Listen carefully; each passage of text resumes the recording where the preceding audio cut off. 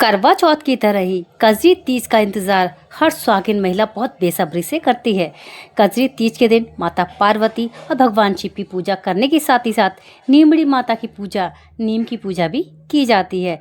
सबसे पहले माता पार्वती ने कजरी तीज का व्रत किया था, क्योंकि इसी दिन माता पार्वती और भगवान शिव का पुनर्मिलन हुआ था। हर साल भादव मास के तृतीया तिथि को कजरी तीज का व्रत किया जाता है। इस बार कजरी तीज का व्रत 30 अगस्त को किया जाएगा या फिर 31 अगस्त को। तीज तिथि का आरंभ 30 अगस्त को 9:30 से हो रहा है और इसका समापन 31 अगस्त को 8:45 पर हो जाएगा। इसलिए उदया तिथि के अनुसार कजरी तीज का व्रत 31 अगस्त को रखेंगे। यह दिन सुहागिनों के लिए बेहद खास होता है। महिलाएं पूरे दिन बिना अन्न जल निर्जला व्रत रखती हैं और रात में चंद्रमा को अर्घ्य देकर व्रत करती हैं।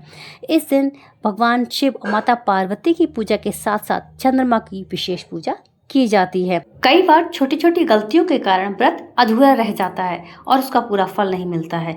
कजरी तीज का व्रत रखते समय कुछ विशेष बातों का ध्यान रखना चाहिए, जिससे उनका संकल्प और व्रत न टूटे और पूजा का पूरा फल मिले।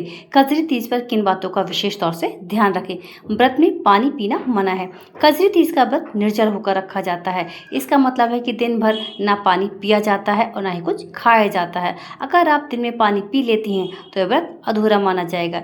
इसलिए सुबह से लेकर चंद्रमा को अर्घ्य देने तक पानी नहीं पिया जाता है। चंद्रमा को अर्घ्य देने के पश्चात ही आप व्रत खोल सकते हैं। झगड़ा या कटु शब्दों से बचें। व्रत के दिन मन को शांत रखना बेहद जरूरी होता है। किसी से बहस, गुस्सा या अपशब्द करने से व्रत का प्रभाव कम हो जाता है। कोशिश करें कि घर का माहौल शांतिपूर्ण बना रहे।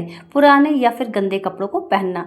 कजरी तीज पर साफ सुथरे और नए कपड़े पहनने का रिवाज है। खासकर महिलाएं इस दिन 16 श्रृंगार करती हैं। पुराने या फिर फीके मटमैले कपड़े पहनने से पूजा का प्रभाव घटता है। तामसिक चीज़ों से दूर रहें। मांसाहार, मदिरा, प्याज और लहसुन से बनी चीज़ें इस दिन घर परिवार में नहीं खानी चाहिए। व्रत के समय ना सोएं। कजरी तीज पर दिन में सोना मना है। ऐसा कहा जाता है कि दिन में सोने से व्रत का फल कम मिलता है।